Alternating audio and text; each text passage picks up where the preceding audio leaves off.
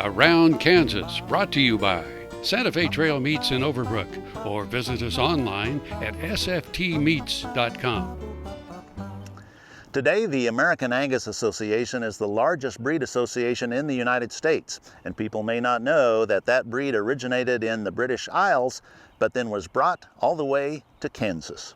This poem is entitled Birth of a Breed. It was on the 17th of May, way back in 1873, that Kansas welcomed in some cattle that would change beef history. Near the town of Victoria, out on the Kansas plains, a man named George Grant wanted to boost his cattle gains. To improve the native bloodlines and reduce the needed culls, on that day, George Grant brought in 4 Aberdeen Angus bulls. Can you imagine the sight when those beefy cattle arrived, where nothing but shorthorns or rangy longhorns had survived?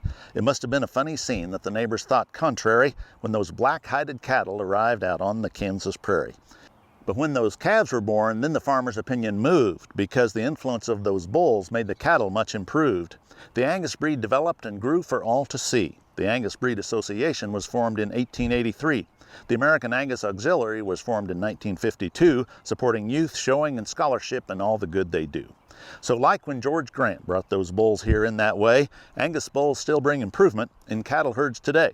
And since the hungry people of the world have protein as a need, we're thankful for this immigration of the Angus breed. Happy trails.